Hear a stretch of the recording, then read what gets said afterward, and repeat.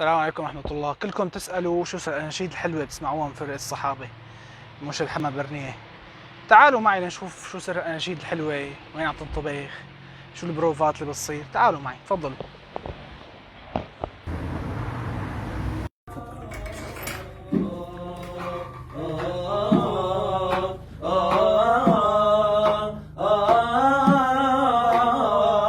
يا سيدي انت ايش رايك؟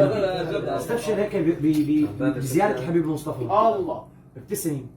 يعني سيدي رسول الله عم يقول لك تعال زورني وبوقع لك وخاتم لك عليها. اليوم نحن اذا بدنا نزور مين ما كان بدك تاخذ منه موعد حتى يوافق لك. سيدي رسول الله خاتم لك على جواز عم يقول لك تعال. ولا بقلب صادق بتلاقي سيدي رسول الله بعد بجمعتين بيقول لك تعال عندي يعني. بس قول هيك بقلب صادق.